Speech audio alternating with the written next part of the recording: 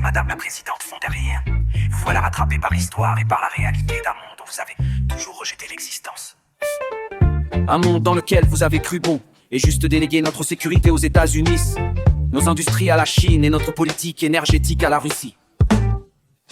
La leçon des 10 derniers jours est celle de l'humanité tout entière. Une nation qui ne maîtrise ni ses armes, ni son économie, ni son destin est une nation condamnée à subir l'histoire plutôt qu'à l'écrit.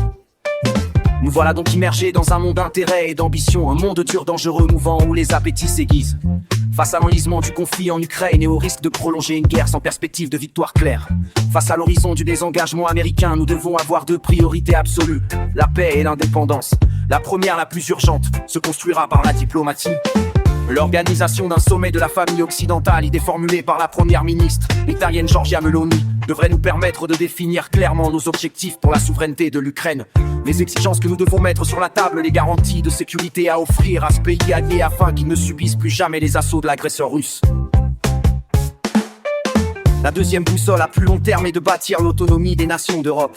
Faire en sorte que personne d'autre que nous ne détermine nos intérêts et les conditions de notre sécurité.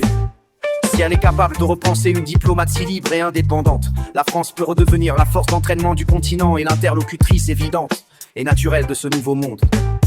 Parce que la France est dotée d'une armée de métiers reconnue, d'une base industrielle d'exception, d'un siège permanent au Conseil de sécurité de l'ONU, de la dissuasion nucléaire et bien sûr, parce qu'elle est l'héritière d'un pacte point de foi séculaire entre la grandeur d'une nation et la liberté du monde. Madame von der Leyen, permettez-moi de vous dire que tous vos choix politiques se sont hélas fracassés sur le mur du réel.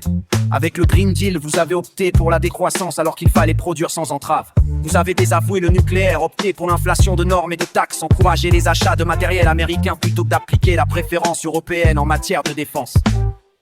Ce n'est qu'au prix de changements d'orientation profond que l'Europe restera un acteur de l'histoire, dissuadera les menaces et imposera le respect aux empires.